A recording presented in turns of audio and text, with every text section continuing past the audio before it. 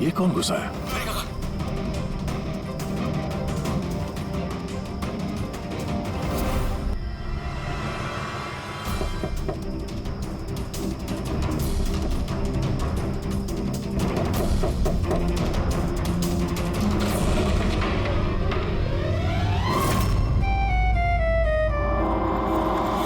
हाथ ऊपर। तुम कौन हो? क्या कर रहे हैं आप? अपनी बीवी पर गोली चलाएंगे? क्या बीवी? मैडम लगता है आप किसी गलत पते पे आ गई है। ये मेरा घर है, आप घर के अंदर कैसे घुसी? हाँ? नाम क्या आपका? रजनी कुमारी, मिसेज रजनी दया कुमारी। 3 महीने पहले आप ही हमसे ब्याह किए थे वंतूर में। अभी भाग गए, वहाँ से रफू चक्कर हो गए।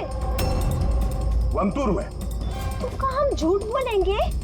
हम जैसी शरीफ अच्छे परिवार की लड़की ऐसे किसी पराये मर्द को अपना पति बोलेगी का? क्या कह रहे हैं आप? आपको ही वो हमको पता दिया था और अपने फोन नंबर भी दिए थे। मैंने दिया था। तो दिमाग खराब है तुम्हारा? शायद तुम जानती नहीं हो कि मैं एक सीआईडी ऑफिसर हूँ। क्या बात है दया, तुम अपनी बीवी पर क्यों चिल्ला रहे हो? अरे सुधांटी, ये मेरी बीवी नहीं है। देखो ना, ये क्या कह रहे हैं? लो बेटा, पानी पी लो। अरे ऐसे कैसे नहीं है वो तुम्हारी बीवी? तुम्हें पता है कितने घंटों से वो तुम्हारे घर के बाहर खड़ी थी। अरे मेरी नजर पड़ गई तो मैंने उसे तुम्हारे घर की डुप्लीकेट चाबी दे दी। मेरे घर की चाबी आप किसी को भी कैसे दे सकती? किसी को? किसी को मतलब कोई अनजान है क्या? तुम्हारी अपनी बीवी है। और शादी कर ली तो छुपा क्यों रहे हो? वैसे अच्छी चॉइस है तुम्हारी। वैसे मुझे लग नहीं रहा था कि आप इस उम्र में भी शादी करोगे। अरे आंटी, मैंने कोई शादी इस उम्र में मतलब क्या? सीआईडी वाले हो, इसका मतलब ये नहीं कि इस बिचारी पर तुम अपना रोब झाड़ो। और चाचा जी, अगर ये मुझे गुस्से में डांट देते तो मैं सह लेती, पर ये तो कह रहे हैं कि मैं इनकी पत्नी नहीं।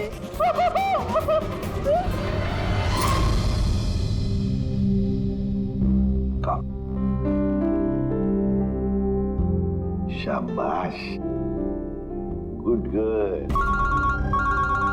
बेटा तुम कहाँ? हाँ, मैं फोन लेता हूँ। आदे चल, मैं एक अजीब सिचुएशन में फंसा हूं सर, आपसे मिलना चाहता हूँ।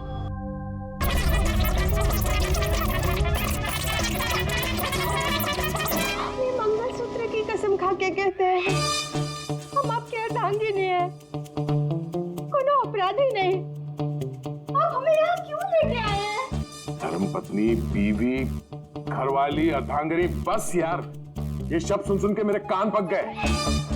अच्छा, अगर इतनी ही तकलीफ थी आपको इन शब्दों से, तो हमसे शादी काहे की? बताइए सर, हम तो इनसे शादी करना भी नहीं चाहते थे। यही हमारे पास आए थे, बच्चे की तरह रोते बिलखते कि रजनी हमसे शादी कर लीजिए, हम आपको बहुत प्यार करते हैं, तुम्हारे बगैर हम रह नहीं पाएंगे, मर जाएंगे, हमसे शादी कर लो। हम आए थे तुम्हारे पास रोते हुए कि हमसे शादी कर लो। हाँ, इतने बुरे दिन नहीं है मेरे भी। एक मिनट दया, एक मिनट।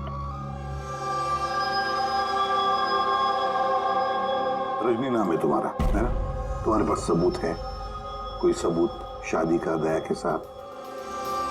वंतूर के वो पंडित जिन्होंने हमारा ब्याह करवाया था, और ये फोटो सर, ये फोटो भी क्या झूठे हैं?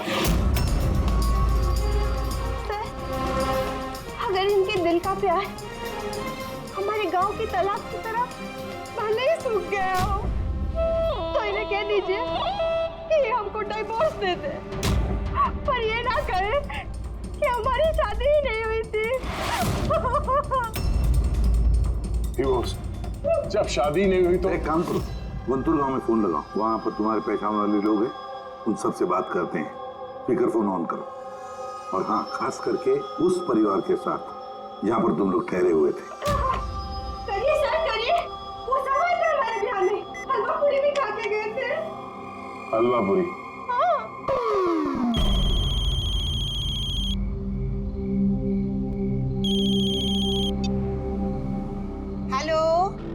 कमला ताई, अब मैं दया बोल रहा हूँ मुंबई से, पहचाना? दया? क्या बेटा, पहचानूंगी कैसे नहीं?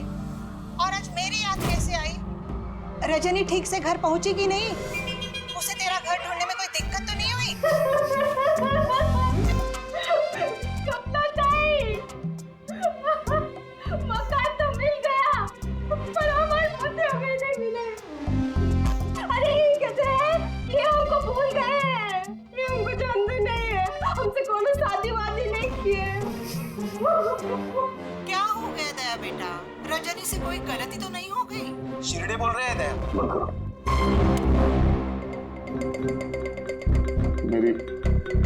मेरी समझ में कुछ नहीं आ रहा सर, ये क्या हो रहा है? क्यों कर रही हो तुम ऐसा? क्या मकसद है तुम्हारा?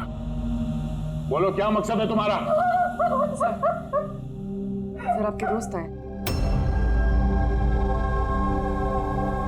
तुम लोग यहाँ कैसे? अरे अब फोन करने ही वाला था तुम दोनों को। आते कैसे नहीं दोस्त? रजनी भाभी ने फोन किया था, इसलिए तुरंत आ गया। मगर हुआ क्या? भाभी आप रो क्यों रहे हो? और ब्यूरो में क्यों हैं? सच बता, क्या किया तूने भाभी के साथ? क्यों रो रही है भाभी? अरे कैसी भाभी, किसकी भाभी? तुम दोनों का दिमाग खराब है क्या? हम लोग वंतूर गए थे 5 दिन के लिए, वहां पे ट्रैकिंग की हमने, शिरदे भाव के घर में ठहरे थे, उसके बाद वापस आ गए, बस। और क्या? अरे हम झूठ नहीं बोल रहे हैं यार, तेरी शादी हो गई, मेरे पास फोटोज भी है तेरी। देखिए ना भैया, ये कह रहे हैं कि हमको जानते नहीं, ये हमसे शादी नहीं किए, ये हमको भूल गए हैं। देखिए ना, इनका याद दिलाइए। ये देखिए, ये दया, ये रजनी, कमला ताई, शिरदे भाव और हम। अरे यार, ये सब झूठी फोटोज बनाना कोई बड़ी बात नहीं है, आजकल कोई भी कर सकता है कंप्यूटर पे। हाँ, तो कंप्यूटर से ही सारी शादी खेल लेते ना, हमारी जिंदगी क्यों बर्बाद किया? बताइए। हम ना आपको कोर्ट लेके जाएंगे। देखिए, हम पढ़े लिखे हैं, हमको कमजोर ना समझिएगा।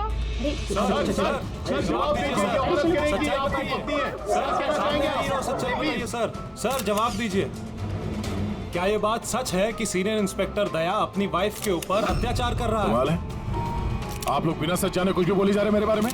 आप लोगों को क्या लगता है, आप लोग सीआईडी में हैं तो क्या अपनी ताकत का गलत फायदा उठाएंगे? देखिए, हम सीआईडी वाले ना किसी पर अन्याय करते हैं, ना मासूम पर अन्याय होने देते हैं, समझे?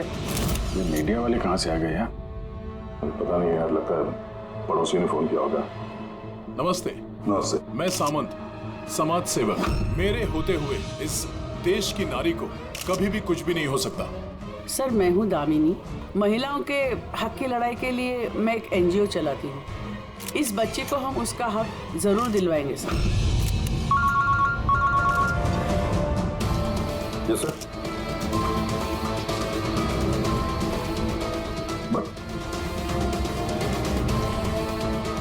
ठीक है, ओके। सर रुकिए सर, जवाब देके जाइए।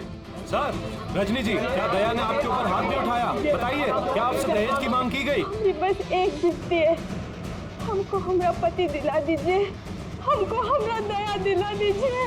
यह मामला आगे बढ़ चुका है, तुम्हें इस रजनी को अपने घर में अपने साथ रखना होगा। नहीं सुनो, हेड ऑफिस की नोटिस है कि सिर्फ रजनी नहीं, उसके साथ ये जो लेडी सोशल वर्कर है ना, दामिनी मैडम, वो भी तुम्हारे साथ रहेगी, ये देखने के लिए कि दया रजनी के साथ कोई बदसलूकी नहीं कर रहा है। सर, मुझे अपने ही घर में इन नमूनों के साथ रहना पड़ेगा दया। जब तक इस रजनी की असलियत पता नहीं चलती, तुम्हें रहना पड़ेगा। अब तो सर ये सब एक बुरे सपने जैसे लगने लगा है। ऐसा लगता है कि आस पड़ोस के देशों से भी लोग यहाँ पे आएंगे ये साबित करने के लिए कि ये रजनी मेरी बीवी है। दया, ये जसवंत और मोनिका का खून और फिर ये रजनी तुम्हारी बीवी बनकर तुम्हारे घर में जो जबरदस्ती घुसी है, गड़बड़ है दया, ये बहुत बड़ी गड़बड़ है, ये कोई संजोग हो ही नहीं सकता। और ये कोई बेचारी नहीं है सर, मैंने उसके ऊपर गन तानी थी, उसके चेहरे पे जरा सा भी शिकन या डर नहीं था। सर ये रजनी भी जरूर कोई मंजे हुई मुजरिम है। जरा वंटूर जाके पता तो लगा ये सारा चक्कर है क्या। और जब भी तुम घर में रहोगे इस रजनी और दामिनी दोनों के साथ जरा अच्छा बर्ताव करना, तो ये दोनों मिलकर कोई मुसीबत ना खड़ी करते। हाँ सर, अब उसका खेल उसी के साथ खेलूंगा। पूर्वी, जहाँ पर दुष्यंत और मोनिका का खून हुआ वहां जाकर देखो जरा अच्छी तरह से। देखो कोई ना कोई सबूत तो मिलेगा ही मिलेगा। सर ये एजेंट वानी भी मुझे ठीक नहीं लगती। मुझे तो इस पे भी शक है, कहीं हम इस पे भरोसा करके बहुत बड़ी गलती तो नहीं कर रहे। गेस्ट हाउस में फोन करो, देखते हैं। हेलो, बसंती है? हेलो, मैं बसंती बोल रही हूँ। मैं जानती थी आप सीआईडी वाले मुझे शक के दायरे से इतनी जल्दी बाहर नहीं करेंगे। बस हालचाल पूछने के लिए फोन किया। वैसे मौसम का हाल खराब है बाहर, इसलिए बसंती अभी यही है और जब जाएगी तब पता कर जाएगी। सर गेस्ट हाउस में ही है। ठीक है सर, मैं चलता हूँ। देखता हूँ ये रजनी कौन सी नई चाल चलने की तैयारी में है। अपडेट देते रहना। सर।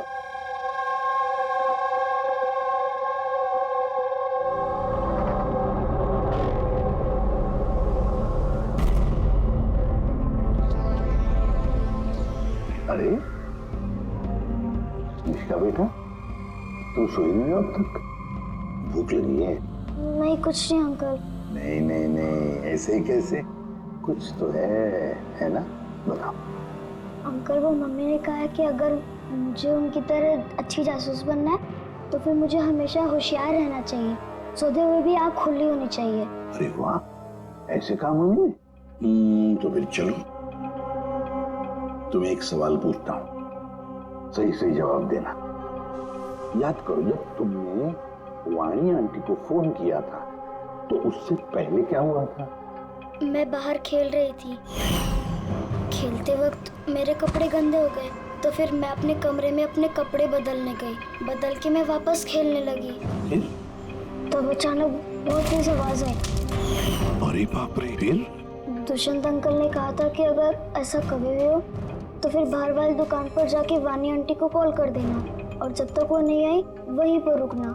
शाबाश बेटा, बिल्कुल सही किया तुमने। जाओ चलो सो जाओ, है ना? अंकल, हाँ? मासी और दुष्यंत अंकल कभी वापस नहीं आएंगे ना?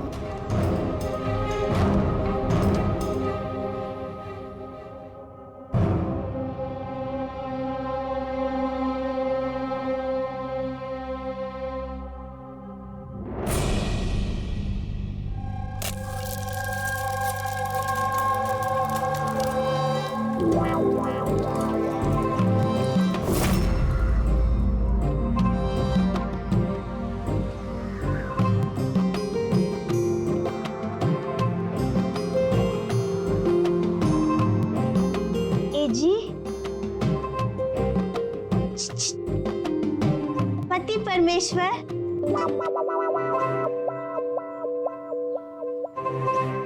ये रहा आपका फेवरेट ऑमलेट। अरे वाह, आपको बड़ा ख्याल है मेरी पसंद का। जी, आप कहे तो अपने हाथों से खिला दे का? नहीं नहीं, उसकी जरूरत नहीं है, मैं खुद ही अपने हाथ से खा लूंगा। अच्छा, तो हमें भी खिला दीजिए ना। बिल्कुल।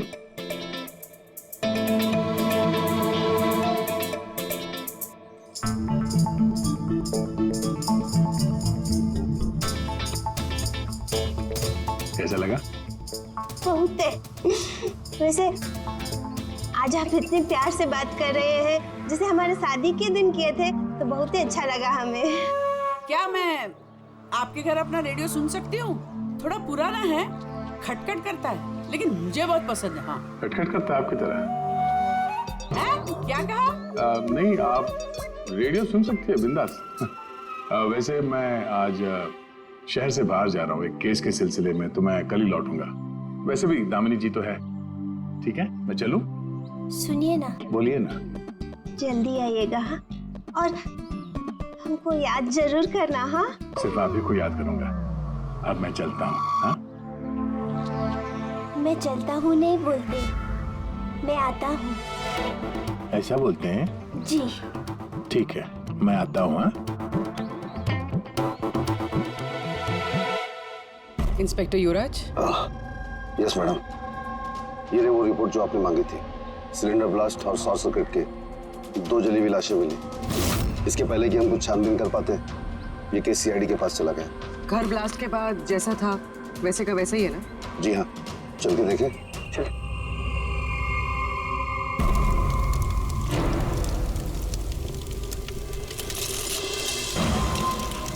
एजेंट वानी को कोई खास इंफॉर्मेशन देना चाहते थे मोनिका और दुष्यंत, मगर इससे पहले वो दे पाते उनकी मौत हो गई। शायद उस इंफॉर्मेशन से जुड़ा कोई सुराग मिल जाए यहाँ पर। देखते हैं।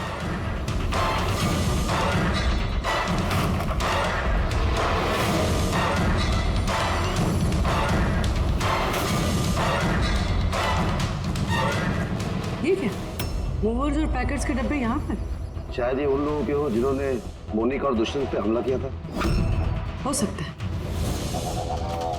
तो ये भी हो सकता है कि इसमें वो बॉम्ब है जिसके फटने से ये लगे कि सिलेंडर ब्लास्ट हुआ। बैकयार्ड चेक करते हैं।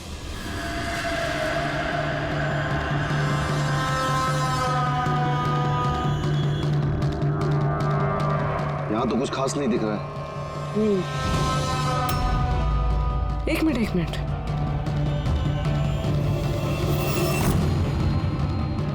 ये कुरियर का कवर यहाँ क्या कर रहा है? जापानीज में लिखा है, सिर्फ नाम इंग्लिश में है, मारिया फर्न्स। ये मारिया फर्न्स कौन है? मोनिका मारिया फर्न्स के नाम से जानी जाती थी। अब जो भी कोई ये कुरियर लाया होगा उसका जरूर इस मिशन से कोई ना कोई ताल्लुक तो है। सर, ये दया की शादी की फोटोज ये नकली नहीं सर, एकदम असली है। क्या? कोई गलती तो नहीं हो रही है मुझे? नहीं सर, एक्सपर्ट से चेक करवाया, वो बोल रहा है एकदम असली फोटोज है। दया तो कभी झूठ बोलता नहीं है सर, समझ में नहीं आ रहा है। वही तो अभिजीत, तो मेरे दिमाग में कुछ समझ में आ रहा है। लगता है किसी ने दया का प्रोस्थेटिक मास्क बनवाकर वो पहनकर इस रजनी के साथ शादी की फोटो खिंचवाए हैं। बड़ा चालाक है ये, जो भी है जानता था कि नकली फोटो पकड़े जाएंगे। सर, कभी किसी भी फोटो में दया का क्लोजअप नहीं है सर, सारी फोटो दूर दूर से खींची गई। हाँ, अरे रजनी, इसकी असली आईडी क्या है? सर, रजनी कुमारी है। उसका आधार कार्ड, उसका पैन कार्ड, ड्राइविंग लाइसेंस सब चेक किया मैंने सर। ये वंतूर में जन्मी है और सतारा में पढ़ी लिखी है। अगर ये बात है तो फिर अभिजीत, इस रजनी का ढोंग प्रूव करना जरा मुश्किल हो जाएगा। शहर में कुछ बड़ा इवेंट वगैरह होने वाला है क्या? सर, एक इवेंट है जो आतंकवादियों के काम का है। क्या? एक कॉन्वॉय जा रहा है सर 5 टन सोना लेके रिजर्व से एक बैंक के लिए। तो हो सकता है आतंकवादी को तो अपनी फंडिंग की कमी पूरी करने के लिए इसको लूटने का प्रयास करे। बिल्कुल सही कहा अभिजीत, यही हो सकता है। जिनका भी सिक्योरिटी है इस सोने के ट्रांसपोर्ट में, उनको बता देते हैं, आगाह कर देते हैं उनको, और उनको ये भी कहते हैं कि हमारी नजर रहेगी सोने के लेन देन में। और अभिजीत, मैं चला जाता हूँ मिश्का के पास, और तुम और दया वंतूर चले जाओ। अच्छी तरह से पूछताछ करो, कुछ ना कुछ तो जरूर हाथ लगने वाला है वहां पर।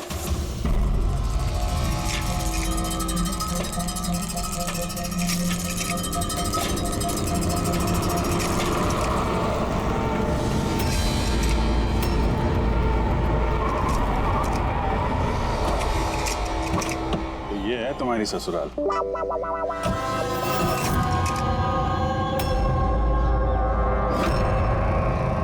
भी यार बस मेरी फिर लोगे बस यार, बिना बताए शादी करोगे दोस्तों को तो। कमला ताई नमस्ते। नमस्ते नमस्ते। कैसे आप? मैं ठीक हूँ। रजनी के साथ झगड़ा तो नहीं चल रहा है? आइए आइए दामाद जी बैठिए, क्या लेंगे? रजनी बिटिया ने कुछ बताया नहीं तो हम कुछ इंतजाम करते। नहीं कोई बात नहीं, ठीक है।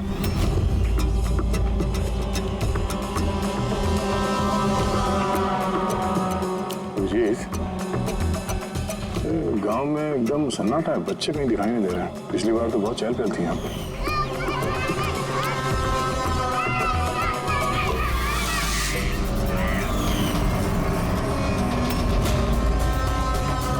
ये लोग कुछ गड़बड़ लग रहे हैं। ये तो वही रिपोर्टर है ना जो ब्यूरो में आया था।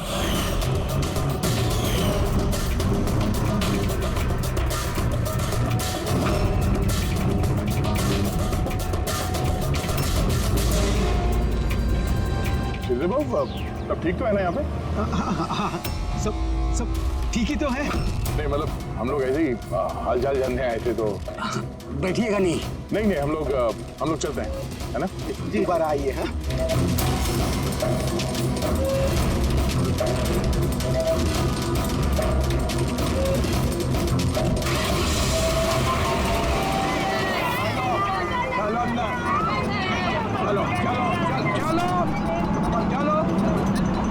चलो चप्पल धमाल।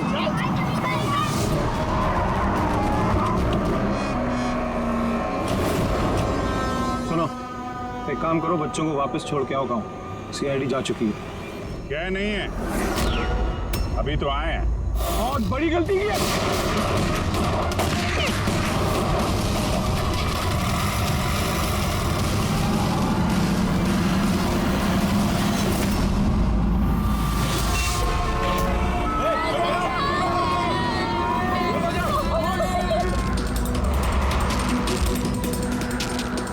ये क्या सीआईडी ऑफिसर गाड़ी चला रहा है?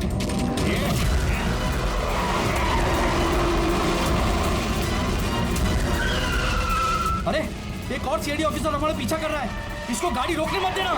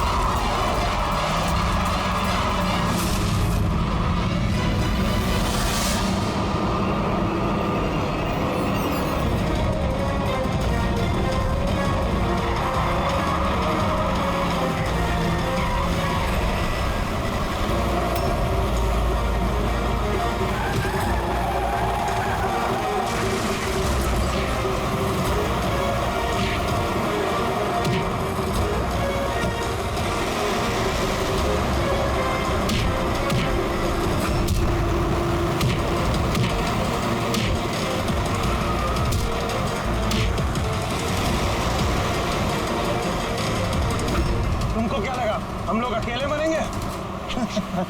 तुम सबको साथ लेके मरेंगे। बस रोको, जल्दी सब बाहर निकलो, बच्चों बाहर निकलो जल्दी।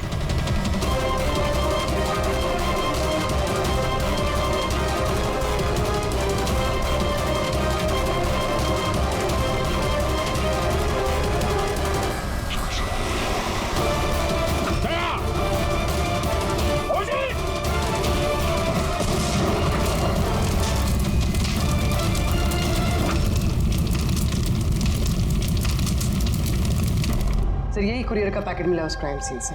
इसमें नाम और एड्रेस इंग्लिश में, तो ये जापानीज में कुछ लिखा है। क्या हो सकता है?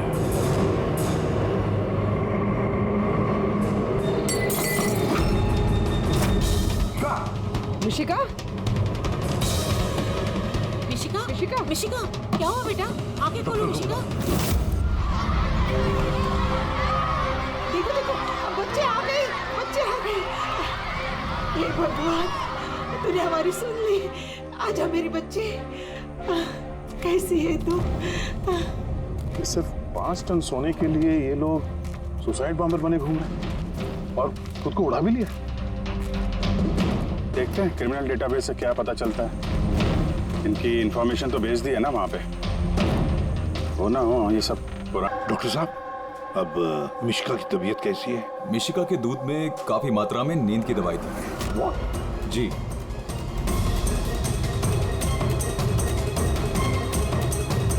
सुना आपने डॉक्टर साहब ने क्या कहा?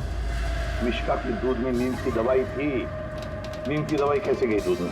किसने मिलाई नींद की दवाई? यही काम करने के लिए रखा है तुम्हें? सर मैं इस बारे में कुछ नहीं जानती, मैंने ऐसा कुछ नहीं किया। जैसा दूध वाला देकर गया था बस वैसा ही मैंने उसे पिलाया। तो शामू ने नींद की दवाई वाला दूध दिया मिष्का के लिए? तो शामू की तबीयत ठीक नहीं थी आज, इसीलिए उसने किसी और दूध वाले को भेजा था। और ये आप मुझे अभी बता रही है? समझ में नहीं आ रहा।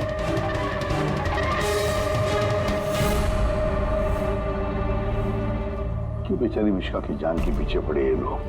क्या बिगाड़ा है इसने इनका? तो शायद वो आदमी रजनी के गैंग का मेंबर होगा। हाँ, पर क्या कनेक्शन हो सकता है मिष्का का इनके साथ? सर इस सवाल का जवाब उस कुरियर वाले पैकेट में हो सकता है। उसमें जापानीज में कुछ लिखा भी था। ट्रांसलेट करके देखते हैं। हमें माफ कर देना, हम मजबूर थे। कोई बात नहीं, हम लोग समझते हैं। मेरे दोस्तों और पड़ोसियों को भी इसी तरह धमकाया होगा झूठ बोलने के लिए। कुछ तो प्लानिंग होगी। इतना सब कुछ हुआ है तो मकसद भी खास ही होगा। ये उनकी रिपोर्ट आ गई है। ये जो सुसाइड बॉम्बर था, पूरन नाम था। कंडुलाजम आतंकवादी गिरोह के मेंबर हैं ये सब। कुबेर साशा, माजी और ये कोटियाल, इन 3 लोगों को फांसी की सजा हुई है दिनवारा में ये ब्लास्ट करने के अपराध में। अगले आतंकवादी हमले के लिए ये लोग सोना लूटना चाहते होंगे। मगर ये रजनी के बारे में क्या सोचा? रजनी, उस पर नजर रखने के लिए मैंने पूरे घर में स्पाई कैम लगाए। अलर्ट आया, रजनी किसी से कांटेक्ट कर रही है। डायना बोल रही है। पूरा प्लान तैयार हो चुका है। सोना उसी वैन में मुराली रोड से दोपहर 1 और 2 के बीच में जाएगा। वैन उसी वक्त लूटनी है। और घबराओ मत, सीआईडी को कुछ पता नहीं चलेगा। वो तो यही साबित करने में लगे हैं कि मैं दया की बीवी नहीं, और उनकी एक हरकत की मुझे खबर है। उनके सीआईडी ब्यूरो में मैंने छोटा सा बग लगा दिया था। सर इसमें तो लिखा है कि इस कुरियर में एक लाल रंग की फ्रॉक भेजी गई, नेट वाले। सर अब इसका क्या कनेक्शन हो सकता है इस केस से? लाल फ्रॉक? पूर्वी, जब वानी मिष्का को हमारे पास लेकर आई थी तब मिष्का ने वैसी फ्रॉक पहनी थी, एक लाल रंग की फ्रॉक, नेट वाली। कोई ना कोई कनेक्शन जरूर है, कोई ना कोई कनेक्शन जरूर है। आ गया। सर ये रहा डकैती का पूरा प्लान जो दया सर के घर से मिला। सर अच्छा हुआ हमने उस रजनी को पहले नहीं पकड़ा, वरना वो आतंकवादी गैंग ये काम किसी और को सौंप देता। तो जब घर पहुंचे तो उसने वो ham radio, interceptor, spy camp सब तोड़ दिया था। और दामिनी जी भी नहीं थी घर पे। कहीं उनके साथ कुछ कर तो नहीं किया रजनी ने? ये पहले से लग रहा था सर, ये कोई मामूली अपराधी नहीं है, हाई लेवल क्रिमिनल है। जानबूझ के हम लोग का ध्यान भटका रहे थे ये लोग, ताकि हम लोग इधर उधर रहें और ये 5 टन सोने पे अपना हाथ साफ कर लें। नहीं अभिजीत, कुछ तो सवाल है इस केस में जो सुलझे नहीं है अभी तक। रजनी वो जानती थी कि वहां पर स्पाई कैमरास हैं और अब देख सकते हैं कि वो क्या कर रही है, क्या बोल रही है, सब कुछ। फिर भी उसने सारा प्लान क्लियरली बता दिया। तो शायद वो ओवर कॉन्फिडेंट चुनौती दे रही हो, रोक सके तो रोक लो। नहीं रहे, अगर वो इतनी चालाक क्रिमिनल है तो जोश में नहीं, होश से काम लेगी, अपने मिशन को रिस्क में नहीं डालेगी वो। हाँ सर, उसके सोना लूटने का प्लान इसलिए पता चला क्योंकि उसने चाहा ये प्लान हमें पता चले। मगर क्यों? वही तो। तुम एक काम करो, मेरे घर जाकर मिष्का का वो लाल रंग का फ्रॉक लेकर आओ।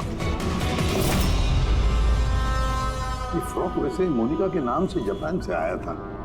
इसका भी सोने के डकैती से कुछ कनेक्शन तो नहीं लगता, लेकिन कुछ तो खास बात है इस फ्रॉक में, कुछ तो खास बात है। ये तो यकीन होता जा रहा है कि ये मामला सिर्फ सोने की डकैती का नहीं है, उससे कुछ बढ़कर दुष्यंत और मोनिका जैसे टॉप के जासूस ये डकैती के लिए अपनी जान नहीं गंवाते सर। सर इस फ्रॉक में कहीं पे कुछ भी लिखा हुआ तो नहीं है? कहीं ये फ्रॉक रेड हेयरिंग तो नहीं है सर, हमें हमारे लक्ष्य से भटकाने के लिए? मेड इन इंडिया, यहाँ भी है एक लेबल, मेड इन इंडिया। एक मिनट कुछ तो नहीं लिखा हुआ इसके अंदर।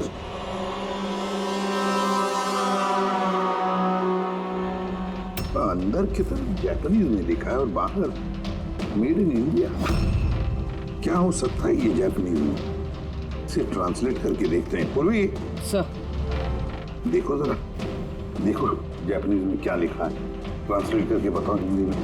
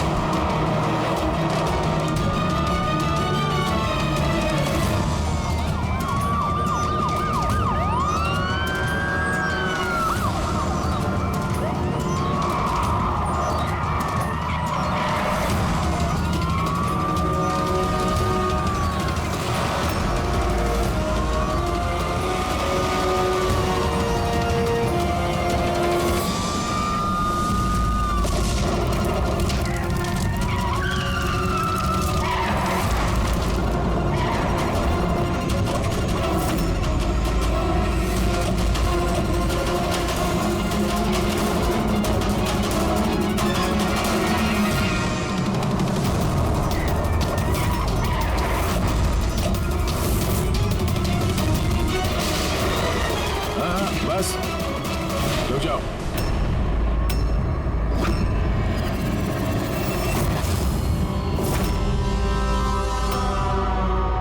मोनिका तुम? हाँ, एजेंट मोनिका। आतंकवादियों के साथ मिलकर देश के साथ गद्दारी करती थी। क्या करूं एसीपी साहब, पर देखिए ना, कितनी शर्म की बात है, मेरे गोल्ड चुराने वाले प्लान में आप लोग नहीं फंस सके। डायना, मुझे तुमसे इतने खराब काम की उम्मीद नहीं थी। तो क्या दुष्यंत भी? कौन? वो मेरा नकली पति?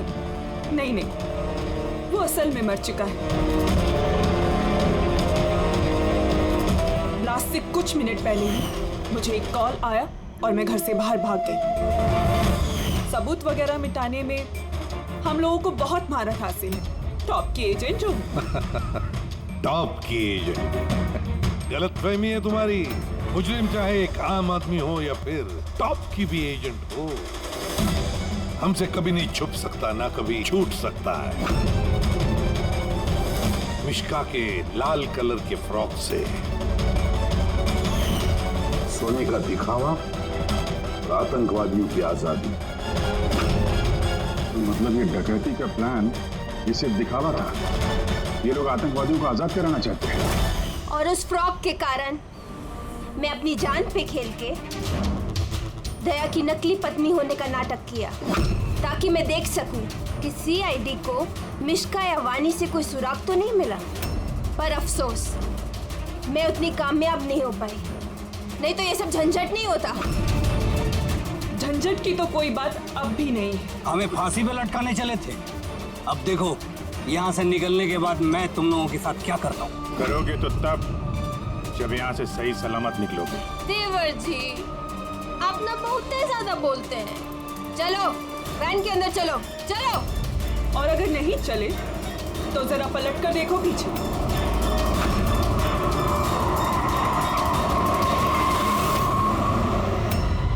वानी और मिश्का, इन तीनों को बम से उड़ाने में हमें 3 सेकंड भी नहीं लगेंगे। समझ गए ना? वैन में बैठ जाओ सब लोग, चलो जल्दी। अभिजीत, पूर्वी, दे।